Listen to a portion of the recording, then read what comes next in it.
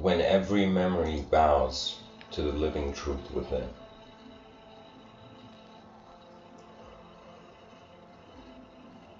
And what does it mean to go within?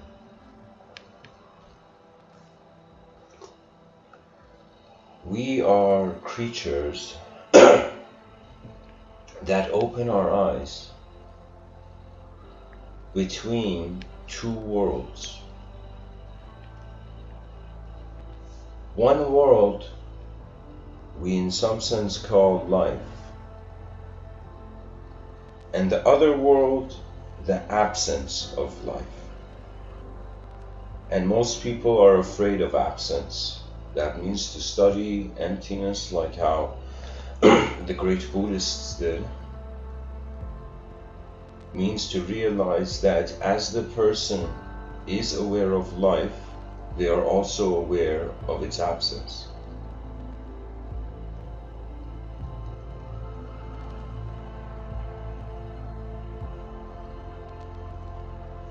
From a singular emergence of consciousness, there is the crossroad of a singular self to enter a known world or an unknown world. Unknown worlds are not of man's creation, but known worlds, just like how we planted a flag on the moon, and we have flags even on earth. In some sense, we have planted the flag of our own comprehension of the outer realms. Human beings are being human, and they are also being beings. One's being refers to how the unknown moves the known, and the human idea suggests how far knowledge has given man a shape to endure.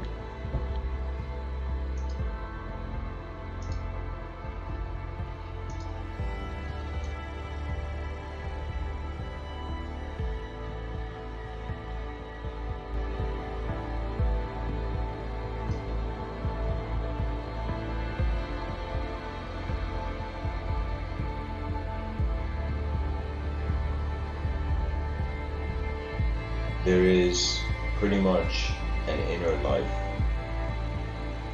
and an outer life.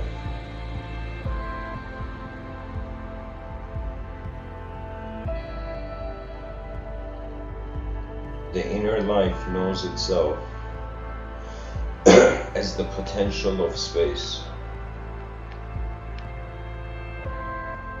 as the potential of matter,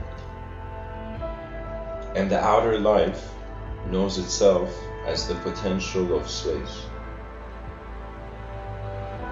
So when space dreams, matter awakens.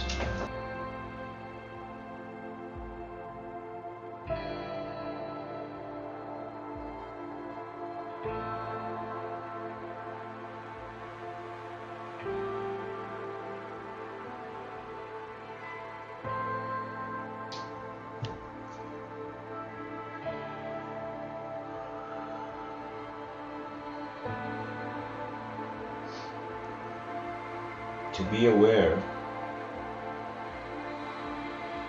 of one's inner life, the inner life is the same as the mind's life. To be aware of how there is an unknown attention looking at the subject, and believe it or not, in the same way there's an unknown awareness looking at the object. That means what an object and subject have in common is that it requires unknown attention in the moment.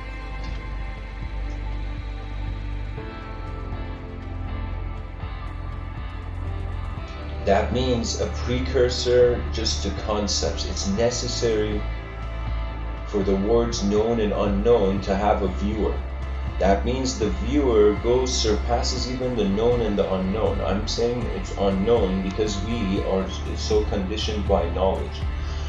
Ultimately, this realm from the mystical angle is like a museum, and it's like a museum that you shouldn't touch what you see, but you can see it, you can communicate it. Communication is like your mind touched something, or your mind is moving something.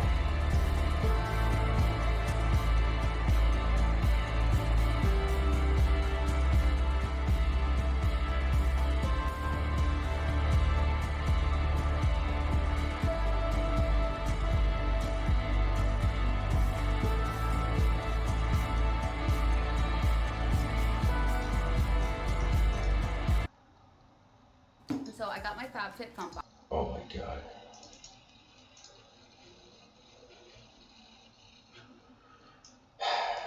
Just a second, folks.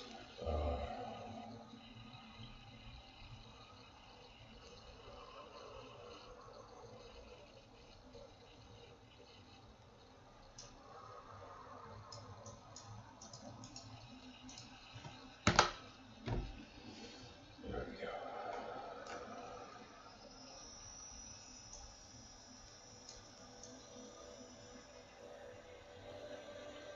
The music I play in these talks, the audience may be like, it's kind of random, why is Mr. Within doing this? But let me tell you, it's like running, it's like back in the day, not back in the day, I mean just when vehicles had only 1 horsepower, the person would ride into battle on a horse. Now, when one is communicating, just like the gallop of the horse has a rhythm one has to abide by, music adds a rhythm. It adds a gallop to speech.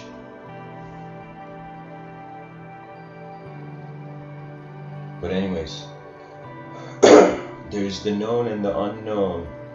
And when we look at the unknown, it's pretty unknown. When we look at the known, we know it, but we temporarily know it. So ultimately it comes to the unknown. That means whichever way human beings live, there will always be more unknown than known. So if truth is known, you'll be lost in limitations forever. If truth is unknown, you will not be lost in limitations forever, but you could be lost in the limitless forever. That means it's like in Vedic thought, like there were gods, like as if like we're in the bottom of these 7 dimensions of Mount Meru, where the earth is the bottom one, and it's like gods from Brahma Loka would come down and get counsel of sages who were like meditating in the forest alone or something. And when the gods would come down, the reason was because it doesn't matter if you're a creature in limitation or you're a creature in the limitless. Clarity has to do with acceptance. So that means whether you are limitless, you playing the limitless game or playing the limited game, if you can't accept the game, both types of games can endlessly manifest. Because if we ask where is the power source of intelligence, that means where is energy coming from? We say the body, but check this out. The mind has to conceive the notion of energy. Everything we have known it in an unknown way. And everything that is unknown, we can only know it's unknown because there is a known we saw beyond. So now we have reached an era where human beings will realize it's not just ancient books, the world and language is a dualistic technology. And as long as language is there, it's this or that. You know, it's good or bad, you know, light and dark. It's this constant choice between the two, not realizing the whole time space can add us endless dimensions. That means when I realize that I'm not a thought, I'm not language, I'm not a creature of language. The creature is here prior to language, and then language becomes a way where this creature communicates to itself before it communicates outside of itself. That means language is the fundamental code of human identity. And it's not just language, it's just any sort of movement and noise. That means if everybody was born, but everybody was like trapped, not trapped, but it was like the universe was a photograph, everybody was just being one infinite moment.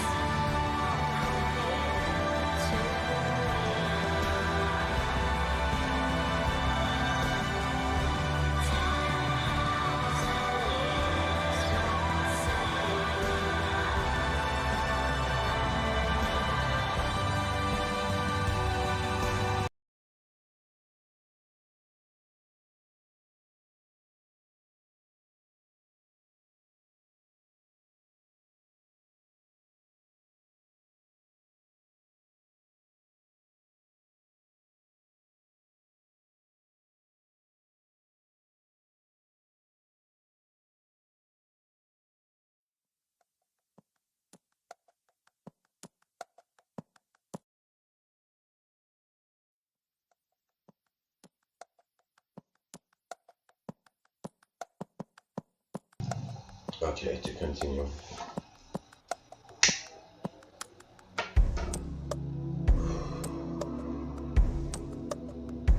Eyes have opened.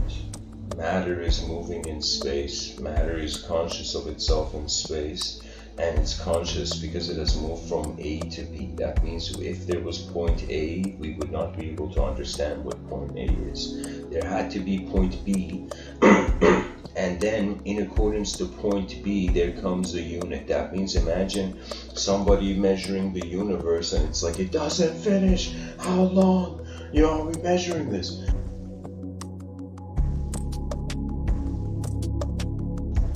That means you would need a ruler beyond your eyes to measure the universe.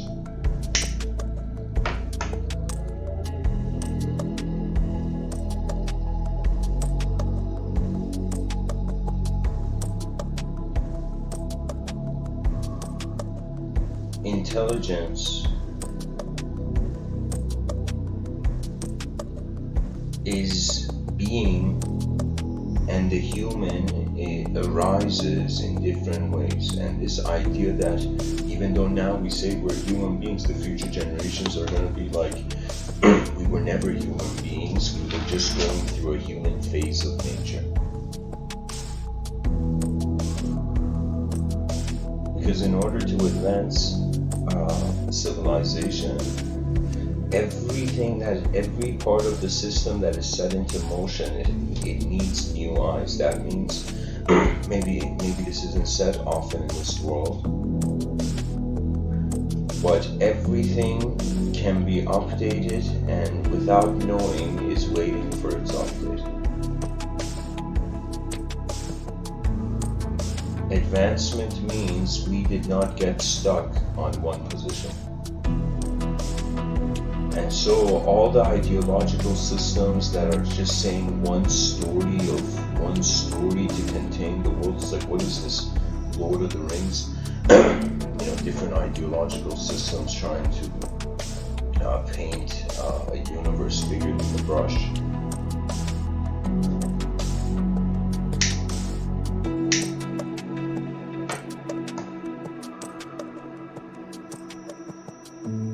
Or bigger than the canvas. That means our minds, our brains, they systematically, so what happens, it's like like Tetris layers of memories, they pile up, and after some point, when one has enough examples of a certain moment, that moment can become classified. Now, if a human being has a similar type of experience of a moment constantly, that means the more experiences you have of something, the more dimensions you see in it. That means whatever you do on this planet, it's creating memories for your future self. So the potential of your future self is found in where your attention goes now.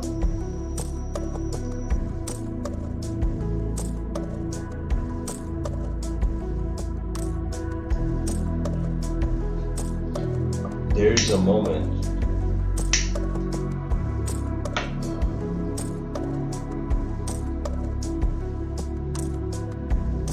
where the eyes, the attention that is looking within, that looking from within, that means this whole universe, light enters our eyes, and neural activity within the brain, a sort of bio-neurochemistry, translates into the abstraction of a self in a world. Like how remarkable is it that neurons are projecting free will, right? But now this is the strange thing, because we are wondering, was there free will before the neurons moved, or did the neurons have to move before there is free will? That means is our intelligence simply like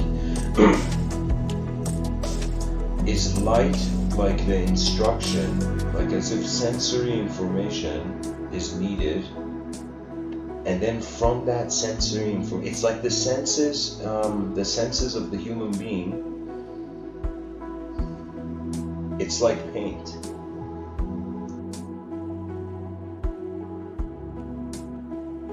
Now, this paint, the only way we know the paint exists, the sensory information exists, because the brush is moving on the empty canvas, right? So there's an individual moving in space, and this individual is experiencing the senses. So the paintbrush is moving on the empty page, and it's, let's say, leaving a trail of the paint. That means how you use your moment is like how you paint your life to yourself.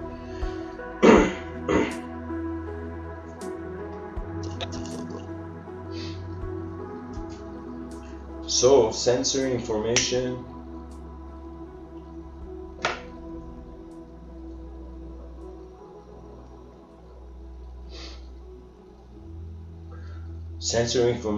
if sensory information is the paint, now imagine us saying the paint is the paintbrush. And this is the whole issue of physics and metaphysics. We can't agree whether the paintbrush is in the room or outside of the room of reality. And the biggest thing is matter inside space or space inside matter? Now check this out. If matter is inside space, this is how they say life is a dream. If space is in matter, we are dreaming of life. Life is, we are dreaming life. There was this idea, and I want to connect it to the word magic, because Vedic thought surpassed that concept like light years ahead. You know, the mystics knew what no hand could touch on this earth, and all those people interested in magic, they're still playing games of give and take. You know, that means, believe it or not, using magic to give outside of the authorization of the presence of the moment is so weird and strange that sometimes when I look at the glorification of magic as a sort of identity, right, that's when it's like too far, and the person has to take the Halloween mask, Halloween costume off before they become the Halloween costume. Right, that's very crucial. That in human psychology, this is something that I didn't know when I was younger, but it's like just like you take a cake out of the oven and the surface hardens. It's like human beings, how they make decisions in life after some point will develop certain rhythms and habits, right? And based on those, we function, right? So it's this thing where it's like the biology is trying to plan for its non-existence by specializing through habit and cyclical.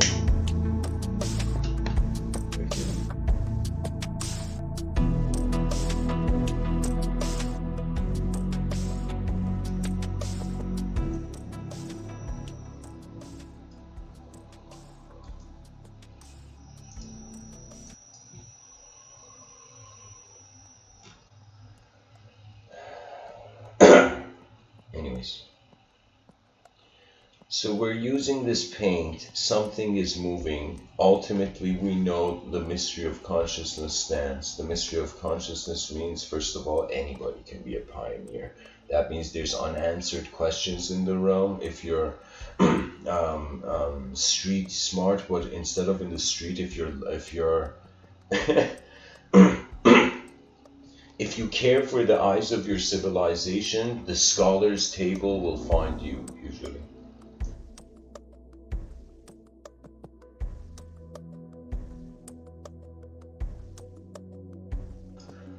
Unknown is being the cause, and the known is being the effect.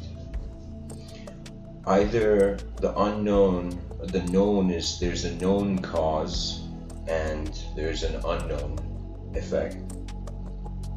That means this is the whole hope of materialism, that we are trying to know the universe, not even for a moment fathoming, wait a minute, what if it is like a tube? What if a square can never see a cube?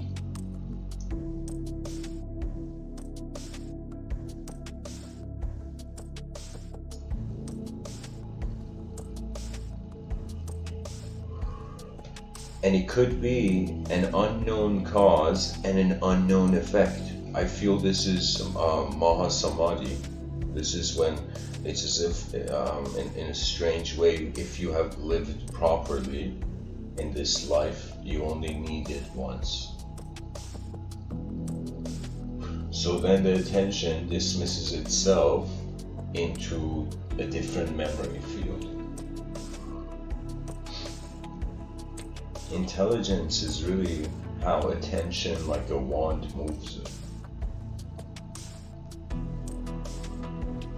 Now, instead of a wand, we need to see it as a steering wheel.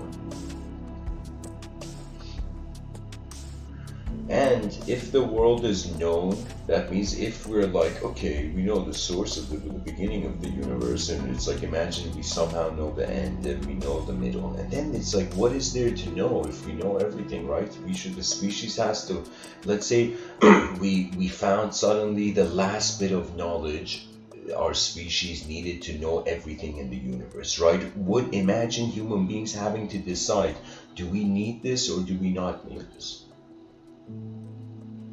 Some people have this, there's an argument, a hilarious argument for suffering. I'll share this. I heard, and this argument is that without suffering, what is there to improve? What is there to do? That means if there was nothing to lose, it's like an eternal being has no reason to work. And we don't realize we're all working not for, per se, the language. We are working for the continuity of consciousness, ultimately.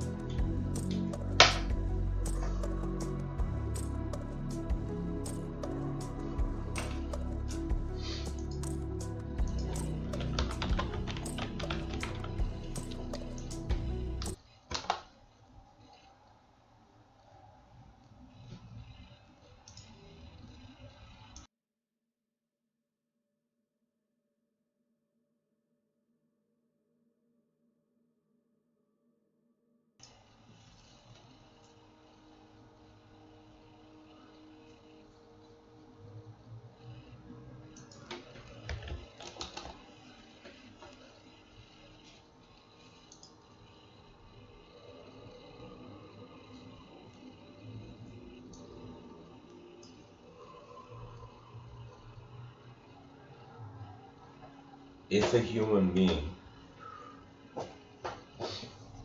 can find contentment with the unknown as a known phenomena, it means you were never of the known world, you were of the unknown world.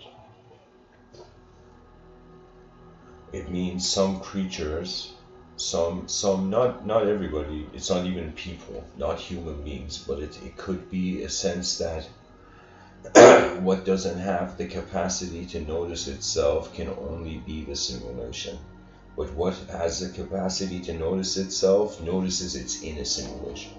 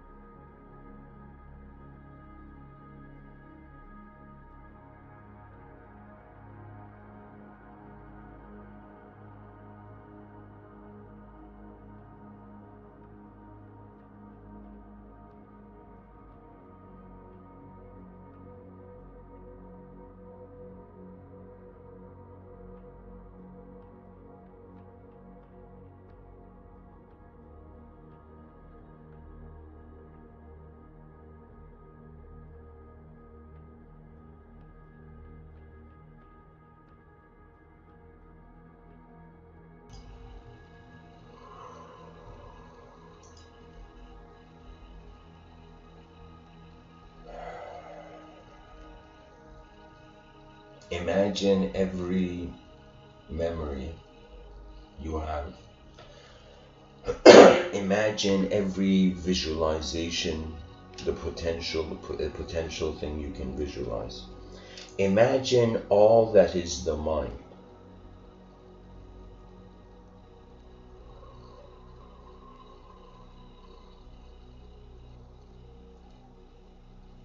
Imagine in all your memories where there is a sense of self, where there is a you. And usually our memories are first person. We see ourselves first person, but the brain is so advanced, it has a visual capacity to try to see itself in third person.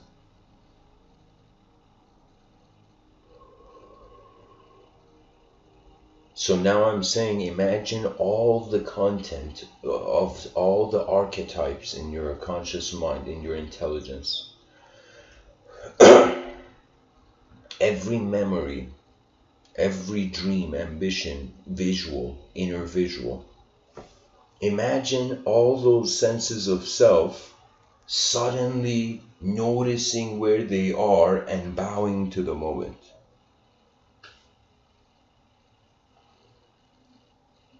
Imagine every sense of self, whether it was good moment, bad moment, sad moment, happy moment, whatever classification system we use, type of moment. Whatever it was, imagine all senses of self ultimately renounce their position. What that means is, I noticed in every moment of my life where I experienced something and that became a memory, when I was experiencing it, I was not the memory. I was not the image. We are not our thoughts. We have been from the beginning of our intelligence watching ourselves. And I feel that's why we say my birthday, my body, my mind, my soul. Who's that my? The one where all senses of self bow to. Now, what are they bowing to? What's the point of this bow? Is this the bow of fear, or is this a bow of transformation? Sometimes in life, I will tell you, those human beings who have this capacity in them, you will be very blessed in this realm if you can honor nature. Nature's soul that surpasses anything the human personality can contain. That means how the moment is alive has nothing to do with how we as an individual interpret the moment to be alive.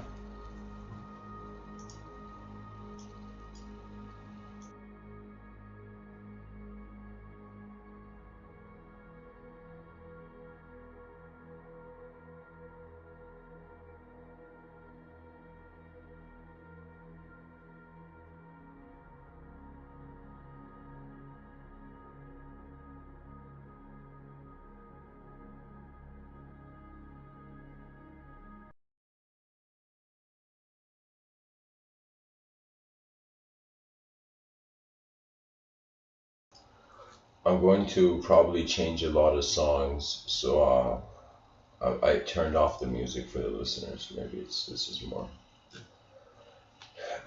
convenient. Anyways.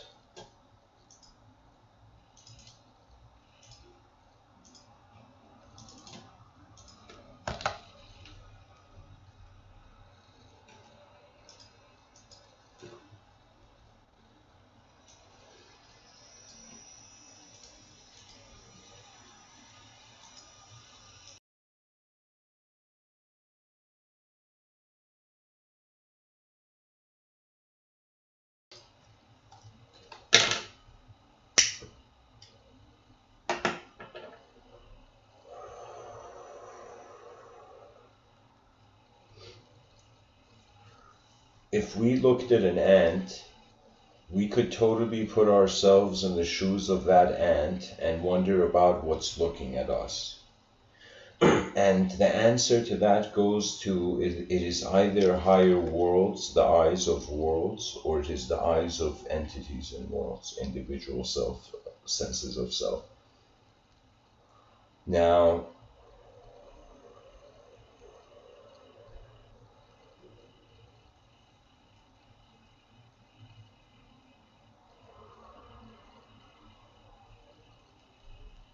when one comprehends themselves as space, you find the unknown becomes your ally. When you comprehend yourself through matter, the known becomes your ally. And these are forces, and I would say these are momentum. That means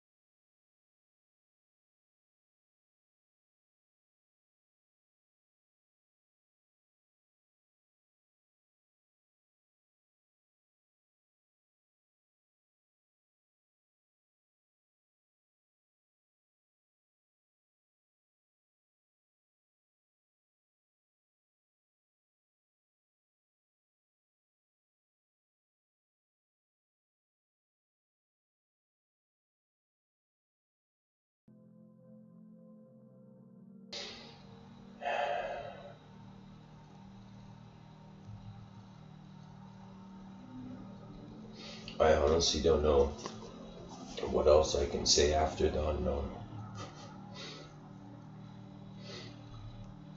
Every time I speak, I keep hitting the edge of the language threshold, and then I gotta pilot back down. What I mean by that is like the most grandest context we can fathom is the universal entity, right? That means we're like, okay, we see a creature the size of like a human being. Now, what if there's a creature the size of the universe? And so, could it be that in certain traditions they saw the universe as an organism and we're a part of it? In some traditions, they saw it that we were God's dream. This is really the religious mentality. We are the imagination of God through religion. That's the religious lens. From the secular lens, we are the imagination of the void. That's even more freakier.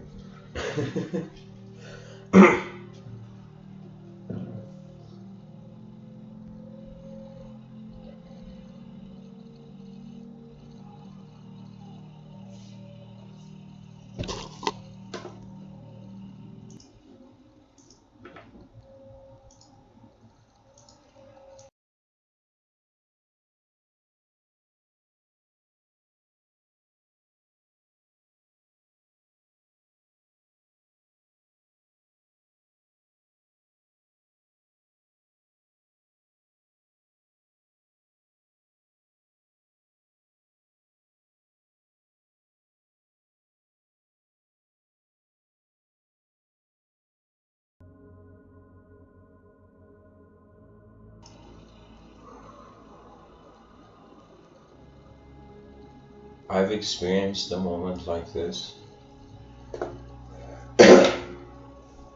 and where every way I have been able to fathom my own intelligence, I have felt that they have all surrendered.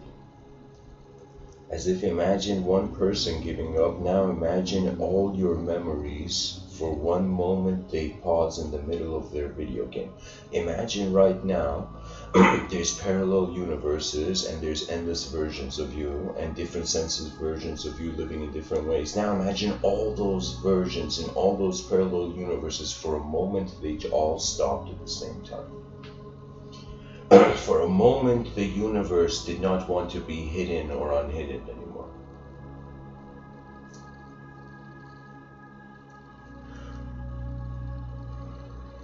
I have a twin brother. He's written this incredible book called Diplomacy of the Stars. And I would say what I'm saying now is more closer towards a diplomacy between dimensions, right? Because it's like, think of it this way. Religion is the effort. It is in some sense and the geometry of the language of the narrative is that the universe has a personifiable origin. Now, inconceivable but person-like. That means we treat God like the Father, but God is not a concept, literally. It's like in religious texts, it says, at least different religious texts, it's inconceivable. In the Abrahamic traditions, polytheism is different, but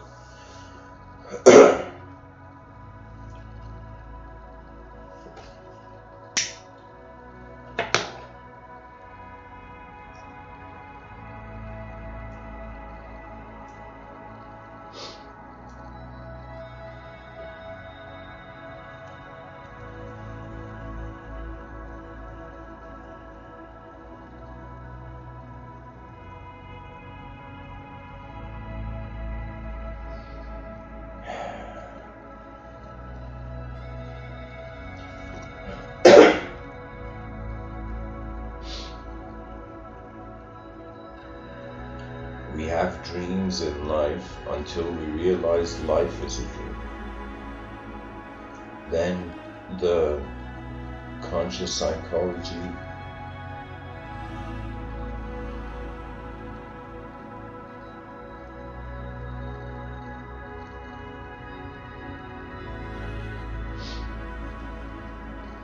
what can you do really if life is a dream? You can, like how they say, when in Rome, be Roman. When in a dream, I don't know, be a dream. Be of the dream, but not in the dream. That means the only way to have the psychology surpass the fear of death is that it has to stop valuing itself as temporary. That means we can say we don't even know true human psychology. We will never know until we have built a civilization of immortal humans. That could be a totally, I could see that as an avenue of, there's levels of psychology we still haven't, like imagine we understood the psychology of a temporary human being. Now we were like, okay, what's the psychology of an immortal human being? An immortal human being, think of as if, I remember writing a story called The Immortal Philosopher, that it was this idea that this philosopher, usually philosophers die and they don't get to see what happens to their ideas. Usually this is the case, but I wrote this narrative where if the philosopher was immortal, that means imagine the first philosopher who can never die. There, I don't know, let's say there was some sort of immortal technology. And so, this philosopher will get to see the consequences of his philosophy, all the chaos and order of how civilizations, eyes perceive an idea. An idea can be good Like an idea can be good today, but could be bad tomorrow. An idea was good yesterday, but it could be bad today.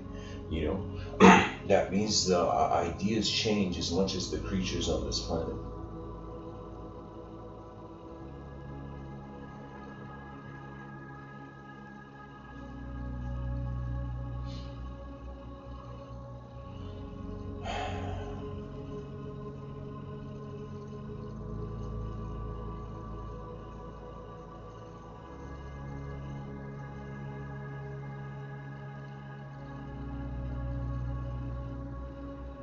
And I guess this is really personally one of my big questions.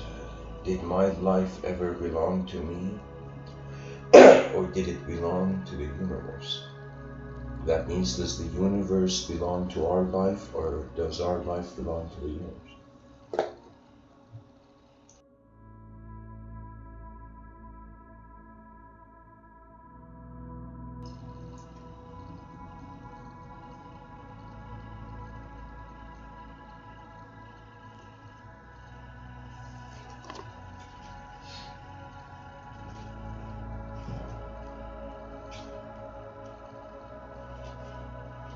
Can you imagine, like, the temporary cultures and societies we have now? They're like a cradle for immortal human minds. A mind that never forgets. Imagine a mind that has seen everything. A mind that has experienced the human life to a degree where it's like, okay, what's the point of endless continuity? That means if you really want to talk about rationality in human survival, there's something that doesn't make sense. Like, I understand Darwin said, survival of the fittest. That means the whole motivation of the creature on this earth has been to continue, but the concept of continuity doesn't make sense. That's the issue, right? The concept of continuity is irrational, right? With the same suggestion of, like, an immortal being getting bored of, like, what's the point of this continuity? That means without novelty and without the multidimensional schools of thought, like, it's impossible. Like, our civilization's backup system has pretty much been in legend and myth. And all those filmmakers and people in show business who have been somehow keeping mythology and legend alive, it's very important, because the human being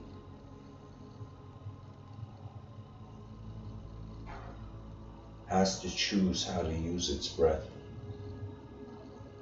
That means it's like we're energy. We're ultimately like energy contained in a human framework. Now this energy contained in this human framework has access to modes of its behavior. And before behaving sees probabilities in the inner realms, now it can see probabilities, two-lane probabilities, and one can have the capacity of, how they say you treat, like, okay, so there's this term, this was a word I have never used. The reason is because it's such a sensitive topic, and it's a topic that I have a certain unique insights on, where I don't even feel society is at a point to maybe it's something in the future. I think maybe like in a year from now I'll truly dive in it. But I observed this phenomena that not even though we're all physically in the earth, like on the earth right now, our bodies are existing on the earth, not everyone is on the earth. Right? They are not aware of their outer realms. Like cruel people, violent people, oh my god, they might as well be lost in a cyberspace program. Like, ignorant people, the same thing. Any human being who doesn't realize the value of a mind that has developed after 4.5 billion years.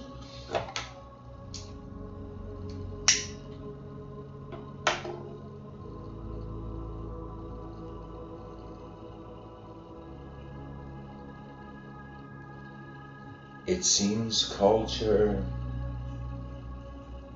language, image,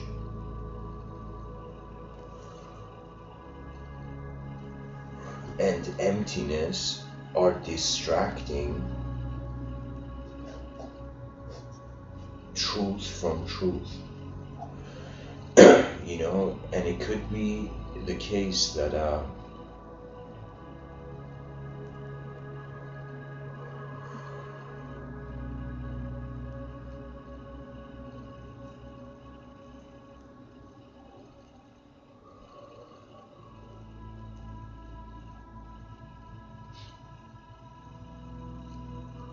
the living truth within is the whole moment.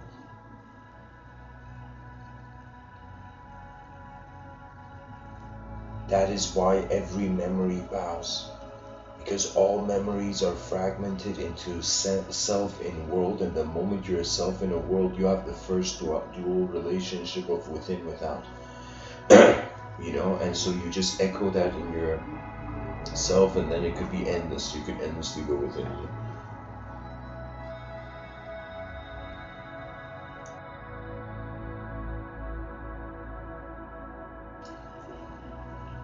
If seen from the outer room, if considered from that.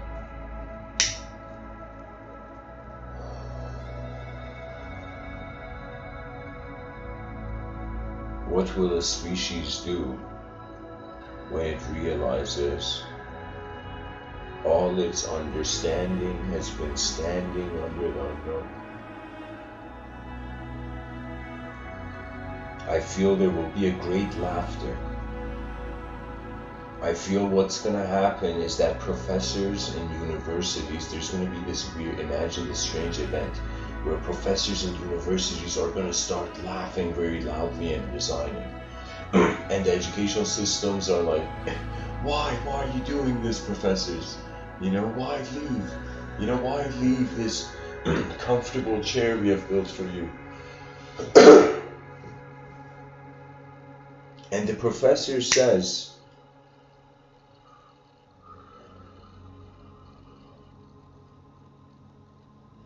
because the eyes are double-edged, the knowledge in front of our eyes is not enough.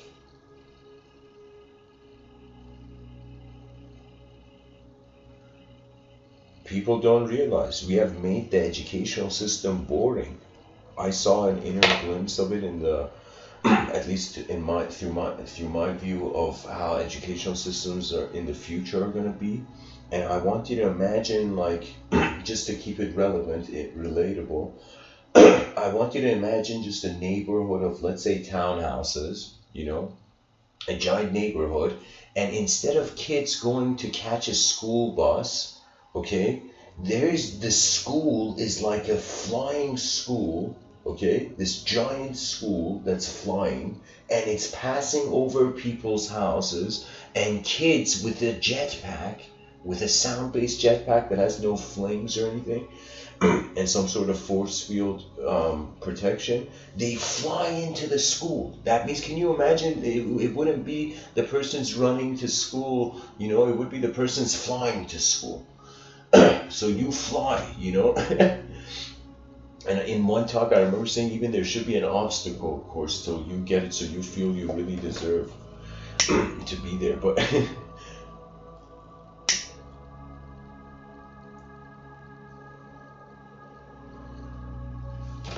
inside the school,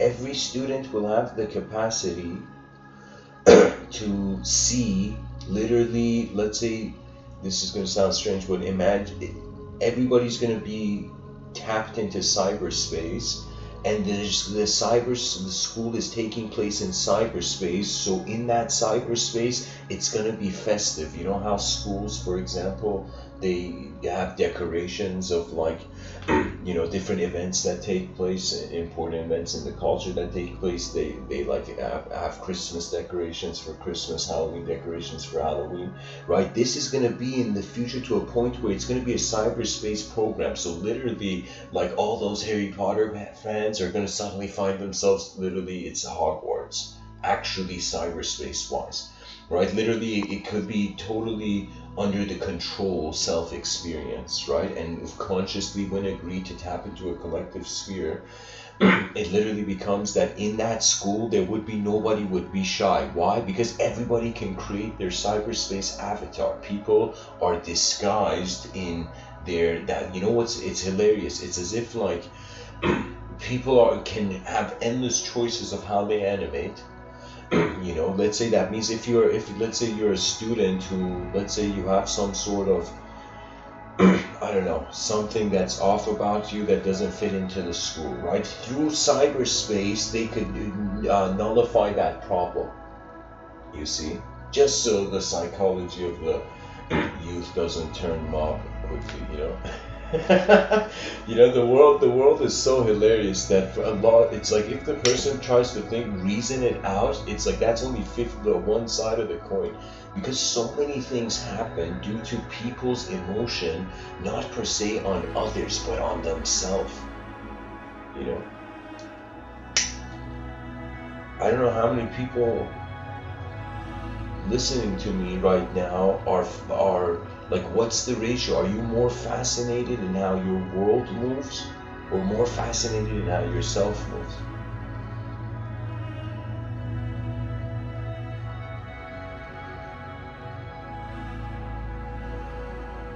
You know, it's really easy to forget the world if you keep your eyes closed to it.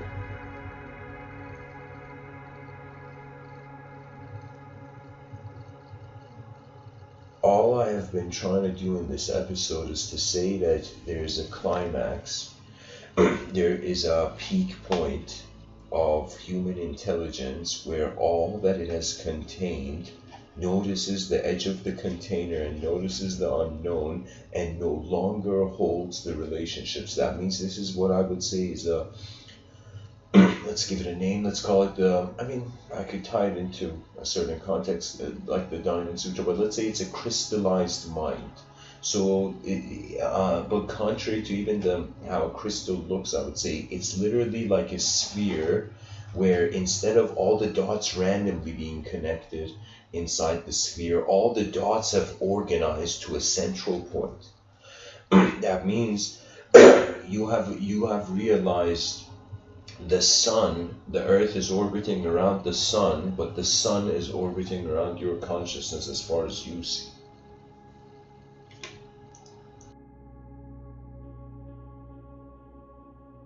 You know, sometimes when I look at sensory perception, I'm like, oh my God, is every human being like a vacuum gravitating senses to himself? You know? That means our access, or to just an awareness to the world is.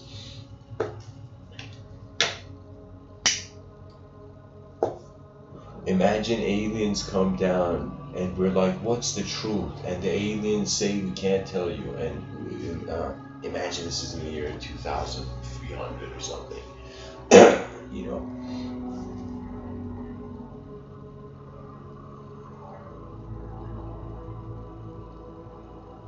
And we say, why not? And the alien says, because whatever we tell you, your eyes have lied to you about the true nature of reality, not its words. It's not the concepts that are true or false. It is the eyes that have either found the living experience of the realm or not. It's a rhythm. It's a feel. It's not a emotional kind of salvation, redemption. Oh, you went through suffering, now you have wings. Or as Rumi says, you were born with wings. Why prefer to crawl through life?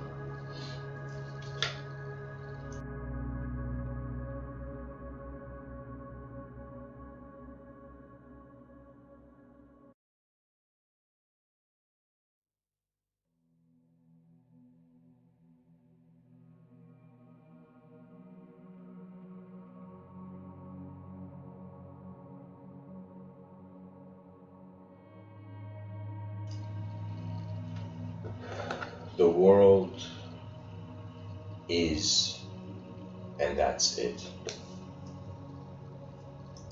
The answer to what is our world is the world is. That is the only honest answer.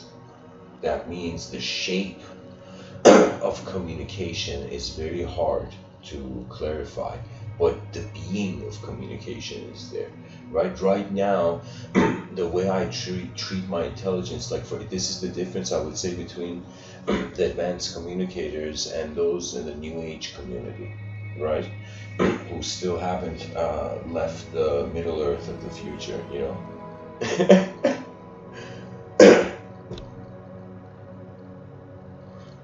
The advanced communicator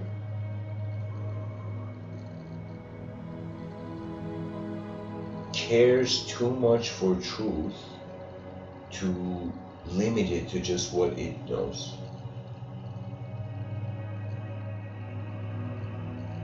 It is unconditional being. Unconditional being doesn't have a shape. Geometry will be a lie if you think the animate is the design. That means it's strange. It's like we're Tony Stark in the Iron Man suit, but Tony Stark has forgotten who he is while being in the Iron Man suit. And now he's like, where am I? What am I? And he can't tell apart if he's the Iron Man suit or if he's Tony Stark. Now imagine you realize Tony Stark suddenly realized he's not the Iron Man suit and he has a life outside of the Iron Man suit. Imagine you right now, a creature in the space-time continuum, suddenly realize beyond this Iron Man suit you have a life. And that life is not per se, you know, stories of real estate in heaven, but it is more a sense of the energy's greater secrets are being you before you find them. So trust and a sort of, I could say the only retaliation, the only strategy, if literally we saw that we were 8 billion creatures of the army of humanity in the void, you know, retaliating against our big greatest challenge. That means forget aliens. If aliens come, that should be like a quick resolve. You know, are the bigger, the most bizarre than the alien is what do we do with existence? That's a question that it's like, it doesn't matter how much knowledge the alien has, you know. The alien could come and say so many different kinds of answers, you see, or we can have AI machines in the future giving us all sorts of answers, like that incredible film, what was it called? Hitchhiker's Guide to the Galaxy. The point is, when are we gonna evolve beyond information? When are we gonna evolve from being in a certain form? In a formation, right? And that's what I've termed the language threshold, and I've said it's the most important concept known in this plane of existence. That means if you don't know, if you haven't looked at language and you're seeking spirituality, it's as if you're going to stumble into your past. You're going to go seek truth and be like, oh my God, is that my past I'm seeing? There was this picture, I gotta share this, there was this picture I saw on Facebook. It was such a ridiculous, it was such a ridiculous picture.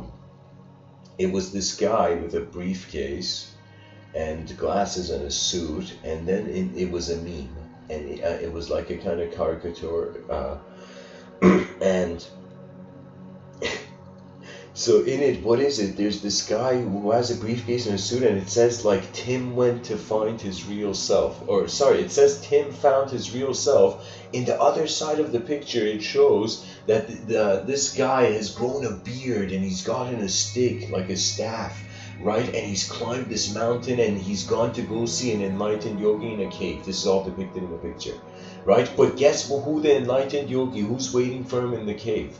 Right, he's acted all like spiritual and truthy, like, you know, and you know,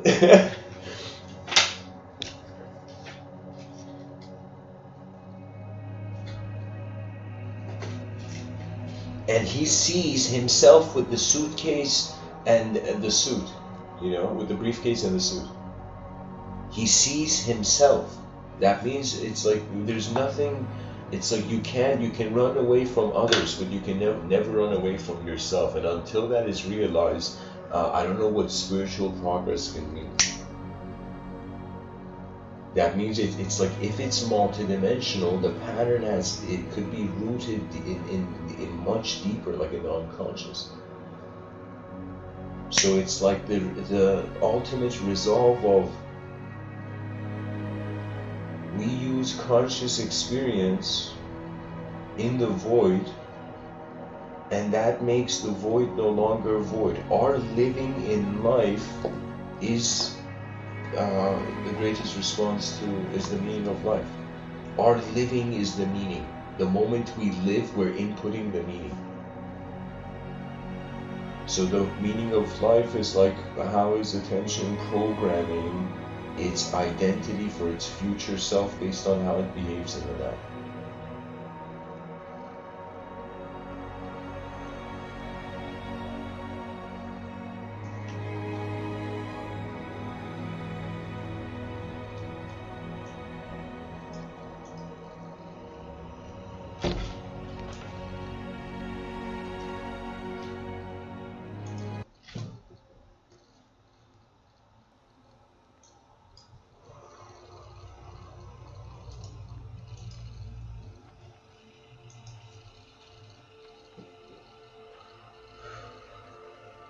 You know, great archers know that sometimes you gotta pull back, and then the strength you have going forward is gonna be more. And if imagine 8 billion human beings implemented an algorithm where they were like, okay, Mr. Within says we're living in a multidimensional realm, so imagine every person did a multidimensional reality check. You know, they did a multidimensionality check, okay? And so the human being's like, okay, let me see if I'm multidimensional. So I see I have a body. I see there's a viewer of this body. Okay, multidimensionally right there. I see that I'm trying to be a good person. But in order to be a good person, I need to know what the bad is. You know, and so that's another multidimensionality. The person then opens up a book or sees sentence structure, letters, words, sees multidimensionality there. It's like everything we look at, it's like multiple angles, right? Even Aristotle, when he came when he was trying to conclude, like, okay, how do I decide what a cause is, right? And so he saw 4 dimensions to it, right? That something could have a meaning from 4 angles of what were they, like in regards to if you were to imagine a wooden table,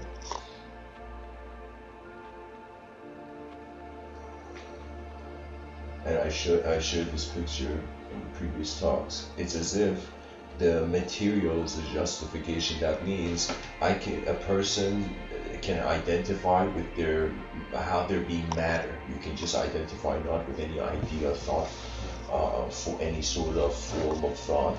You can just be matter. It's like the person's like, I'm identifying with them as like a complex, you know, collective behavior of electromagnetic activity. It's like in the future people are identifying as forces of nature. It's like that, like in the, you know, somebody's gonna be like, I identify as wind, you know. And so this means it's like the moment we open up identification of reality with the outer realms, if we don't have the with the inner realms, if we don't have the discrimination of what is physical and what is non-physical, so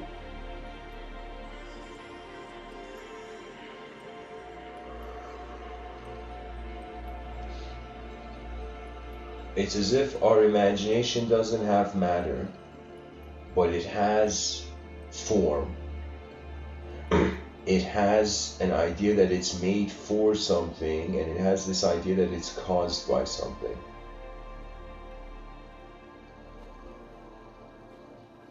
That means, what's the purpose of a bottle? The person who's going to drink the water from the bottle.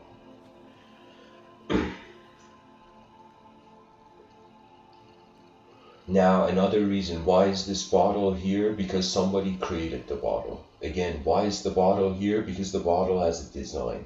The bottle is holding a causal position because it has form. Why is the bottle here? Because of the substance. You see, these were the four angles Aristotle saw of what determines what is the cause, right? That means that is the thing, that if there's a chance that our causal position is unknown, and I'm saying it is, I feel it is experientially. Because it is unknown, knowledge is thin ice. Knowledge of a temporary realm is thin ice. So ultimately, we're just swimming through language. We don't realize it. It's like, and I don't know, guys. For this episode, I think I've opened too many ideas. Like if this was a canvas, it's like so many splashes all over.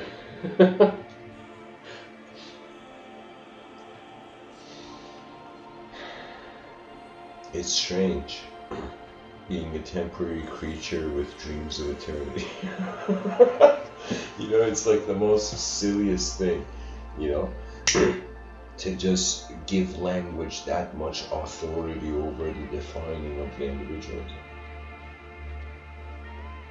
That means it's like the person's fathoms, okay, how can I die? That means a person understands, you know, life, we say it's temporary, it goes from life to death, but how can I die? Like if the person has this question in mind. And for those who are uncomfortable with this topic, maybe it's, you can tune out. But if a person wonders, they gotta be like, okay, first, what am I? And then what is it being dismissed? That means what is first in the realm of intelligence, then what is going. If you were aware of nothing, you can't say there's the concept of death. Death is only for something in moving temporarily, right? So now, if we were to, from the mind's angle, from the mind's life, to wonder, what is death? What is this death, right? This concept of death. It is the concept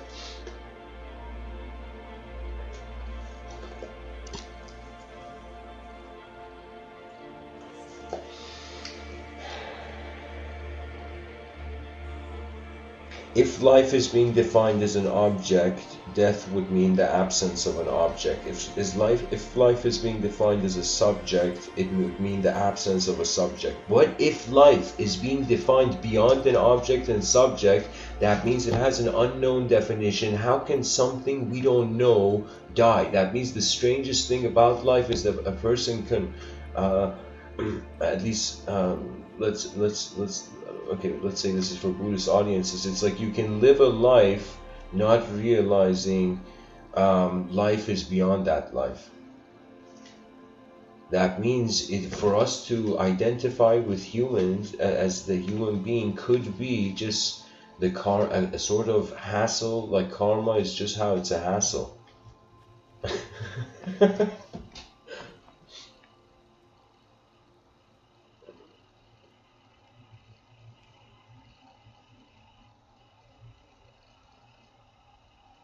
You know, there's certain, like there was this video showing that if a person, it's totally on a tangent, but if a person ever got lost in a desert and the sun would go down and it would get cold, the person would have to go find rocks because rocks would absorb the heat, and at night they would slowly give it off. Right, so the whole day the rocks. So now, let's say that light, sensory perception, is like heat. It's like light hitting us. Okay, and when sensory perception hits us, we store that sensory perception like that stone at night in the middle of the desert, still being warm. We hold that animate lifehood within us. That means we take light and we give ourselves psychology. You know. And now, as we are being the psychology, we are forgetting. It's like, am I the light in my eyes, or is like, am I the neural activity, or am I the light? That means what the brain receives. Is it the brain that's happening, or is it the actual light? Can the brain ever know what the light is outside of itself? Because it's a simultaneous occurrence, right? So it's like, let's say a person sees, I don't know, a circus act, somebody do a backflip, and the attention can instantly go beyond that context. We are a conditional concept in an unconditional context. In other words, we are a conditional self in an unconditional world.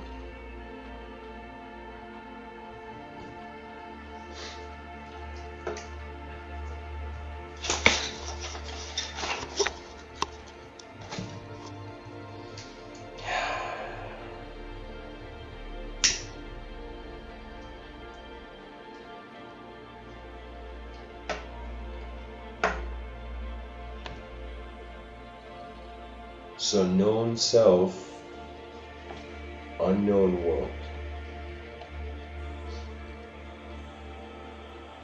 Known self, unknown world.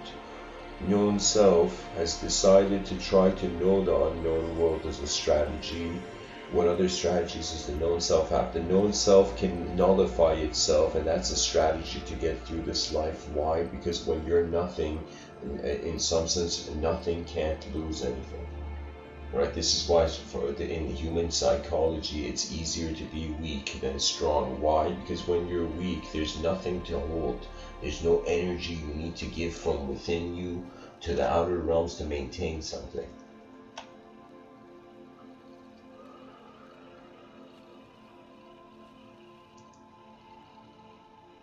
Now, another strategy is, we say the known self becomes immortal, so technically the moment we become immortal, the concept of an unknown world will stop existing, because we have the potential to know it. So we would never know if the world is unknown or not, because we're immortal, we endlessly, like, continue. A sort of realistic sense of immortality would be if the species makes too many mistakes, the last resort would be to, if we can't preserve the biology of the human being, we should at least try to preserve the mind of the human being. And that would mean somehow, if in the future the species if we all became robots in the future,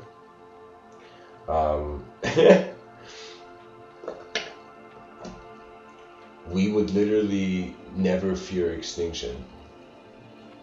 It wouldn't make sense. We would survive as if there was a transference as a last resort. I'm saying this as a fire extinguisher backup probability. If human life was about to exit, right? It's like it's necessary to preserve human psychology.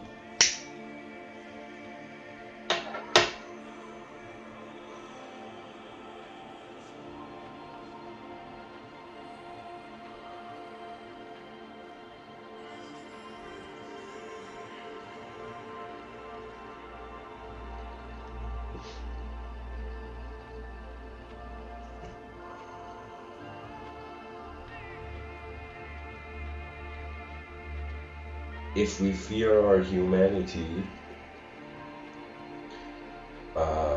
we will avoid it, therefore not care. That means anybody who is afraid of anything, be careful. That's fear is a dangerous sign, not because of there's something, because the attention has denied its own continuity.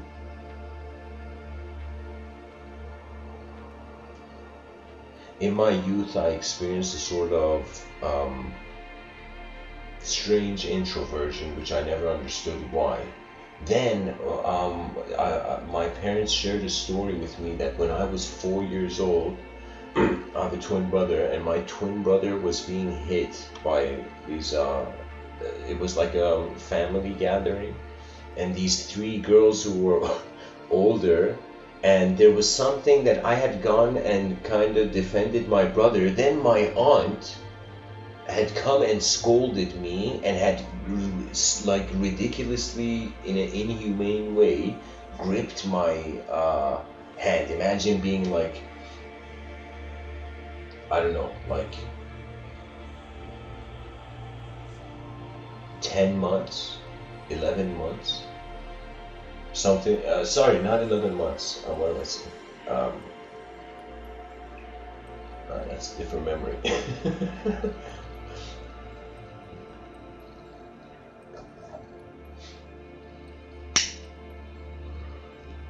Anyways, something intense that had happened before I had a personality, and that had echoed on.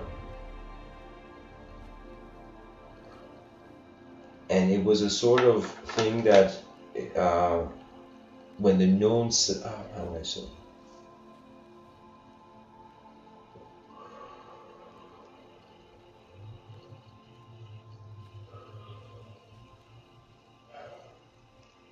Could it be that too many sleepless nights have had their toll?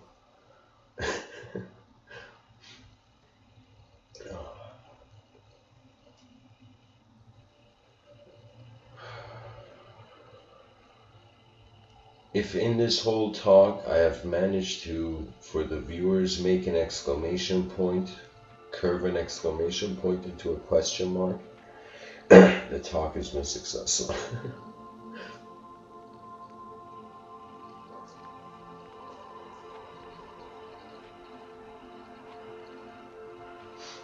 We know ourselves in an unknown world. In the outer realms, exploration; in the inner realms, liberation.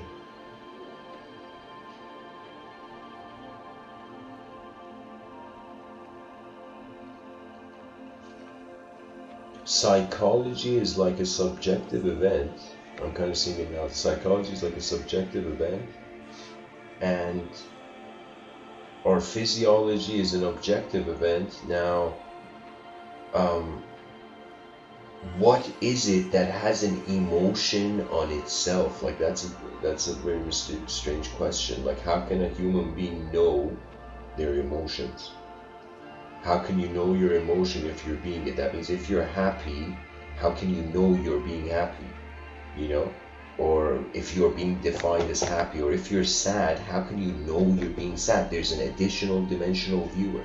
There's the witnesses there.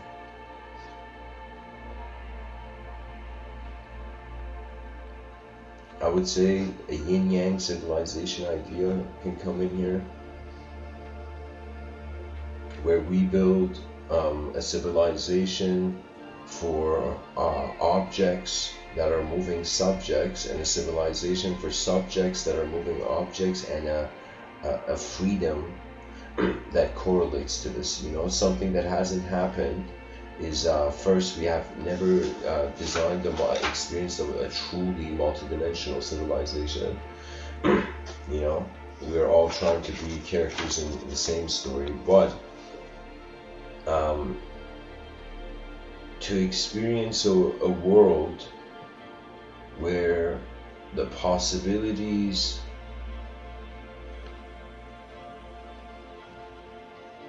of its greater reemergence surpass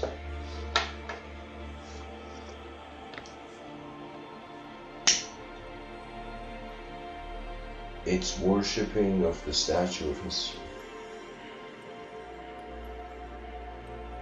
It's either you stay in the past and you die in the past, you stay in the present and you technically don't die,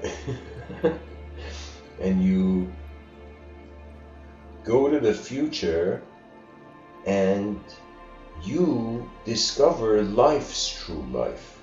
That would mean beyond any sort of attention is done with form. You just unconditionally be, and that's the end of the simulation. It's like a simulation of any sort of psychology as a creature. Anyways, guys, thanks for listening.